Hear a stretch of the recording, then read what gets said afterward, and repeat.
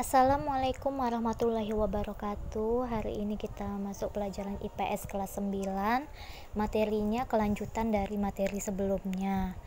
Jadi di sini upaya bangsa Indonesia dalam mempertahankan kemerdekaan Indonesia itu kan dilakukan dengan dua cara. Yang pertama hari itu sudah saya jelaskan dengan cara perjuangan fisik atau perjuangan bersenjata. Nah, di sini perjuangan mempertahankan kemerdekaan dengan cara diplomasi atau kerjasama. Perjuangan diplomasi yang pertama dilakukannya perundingan Linggarjati adalah perundingan antara Indonesia dan Belanda yang dilaksanakan di Linggarjati, Kuningan, Jawa Barat pada tanggal 10 November 1946. Dari pihak Indonesia itu dihadiri oleh Sultan Syahrir.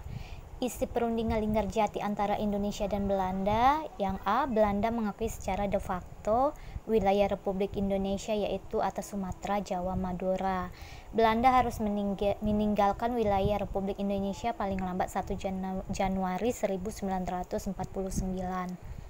C, Republik Indonesia dan Belanda sepakat membentuk negara Republik Indonesia Serikat atau RIS. D, RIS dan Belanda harus tergabung dalam Commonwealth atau Persemakmuran Indonesia-Belanda dengan Ratu Belanda sebagai ketuanya. Adapun dampak bagi Indonesia atas perundingan Linggarjati ini, Republik Indonesia mendapat pengakuan kedaulatan dari beberapa negara, antaranya itu Inggris, Amerika Serikat, Mesir, Lebanon, Suriah, Afghanistan, Myanmar, Yaman, Saudi Arabia, Uni Soviet. Setelah itu juga muncul pihak yang mendukung dan menolak hasil perundingan di kalangan rakyat Indonesia. Yang kedua, dilakukannya perundingan Renville. Dewan Keamanan PBB membentuk Komisi Tiga Negara atau disebut juga KTN.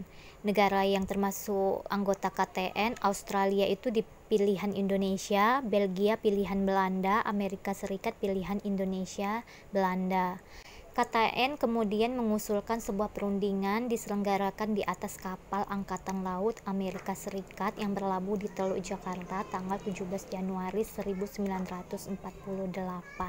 Kenapa dikatakan perundingan Renville? Karena dilakukan perundingan itu di atas kapal Angkatan Laut Amerika Serikat yang namanya kapal laut Renville.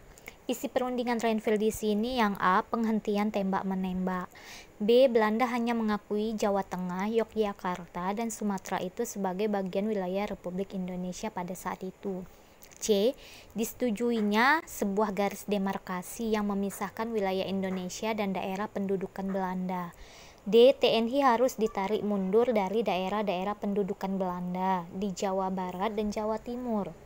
Yang E, Belanda bebas membentuk negara-negara federal di daerah-daerah yang didudukinya dengan melalui masa peralihan terlebih dahulu.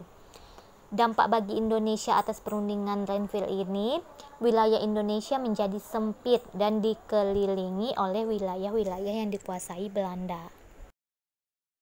Yang ketiga, perundingan Rumroyen. Pada perundingan ini, KTN diubah namanya menjadi UNCI yang diketuai oleh Merle Cochrane. Atas inisiatif UNCI pada tanggal 14 April 1949 diadakan perundingan Republik Indonesia Belanda di Hotel des Indes Jakarta. Kenapa dikatakan sebagai perundingan Rumroyen? Karena perundingan ini dihadiri oleh yang bernama Sirum dan Siroyen. Isi perundingan Rumroyen di sini yang A, menghentikan perang gerilya. B, bekerja sama dalam mengembalikan perdamaian dan menjaga ketertiban dan keamanan. C, turut serta dalam konferensi meja bundar atau disingkat KMB. Dampak bagi Indonesia atas perundingan Rumroyen di sini, pemerintah Republik Indonesia kembali ke Yogyakarta. Yang keempat, konferensi meja bundar atau disingkat KMB. Konferensi ini merupakan titik terang bagi bangsa Indonesia dalam upaya mempertahankan kemerdekaannya. Konferensi meja bundar adalah sebuah pertemuan yang dilaksanakan di Den Haag, Belanda dari tanggal 23 Agustus sampai dengan 2 November 1949. Isi KMB yang A, Belanda mengakui RIS sebagai negara yang merdeka dan berdaulat selambat-lambatnya tanggal 30 Desember 1949. B, masalah Irian Barat akan diselesaikan dalam waktu 1 tahun. C, akan didirikan Uni Indonesia Belanda berdasarkan kerjasama. D, pengembalian hak milik Belanda oleh RIS. E, RIS harus membayar segala utang Belanda. Dampak bagi Indonesia pada konferensi meja bundar atau KMB di sini, Belanda mengakui kemerdekaan Republik Indonesia Serikat atau disingkat RIS. Irian Barat belum bisa diserahkan kepada Republik Indonesia. Negara Indonesia berubah bentuk menjadi negara serikat yang tidak sesuai dengan cita-cita proklamasi. Sampai di sini anak-anak materi kita.